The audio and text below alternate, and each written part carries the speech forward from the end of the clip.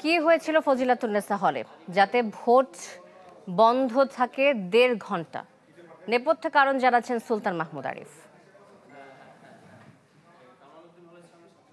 নির্বাচন আজ সকাল ৯টা থেকে শুরু হয়েছে। শুরু হওয়ার কয়েক ঘন্টা ঠিকঠাক মতো চললেও দুপুরের কিছুক্ষণ আগেই চলে বিপত্তি। ফজিলাতুন্নেসা হলের ভিতরে জাল ভোট দেওয়া হয়েছে এমন অভিযোগ উঠলে তখন থেকে চলে এক ধরনের উত্তেজনা। এরপর ছাত্রদল প্যানেলে যারা রয়েছেন, ছাত্রদল প্যানেলের ভিপি তিনিও এই কেন্দ্রে আসেন এবং ছাত্র শিবির সমর্থিত যে প্যানেল, সেই প্যানেলের ভিপি প্রার্থী তিনিও কিন্তু এই কেন্দ্রে আসেন। আসার পরেই ছাত্রদল সমর্থিত ছাত্রদলের প্যানেলের ভিপি যিনি আছেন, তিনি তার সাথে আরও ২-১ জনকে নিয়েই তিনি ভিতরে প্রবেশ করেন। প্রবেশ করার পর তিনি সরাসরি গিয়ে যে কক্ষে ভোট গ্রহণ করা হচ্ছে সেই কক্ষের ভিতরে তিনি প্রবেশ করেন।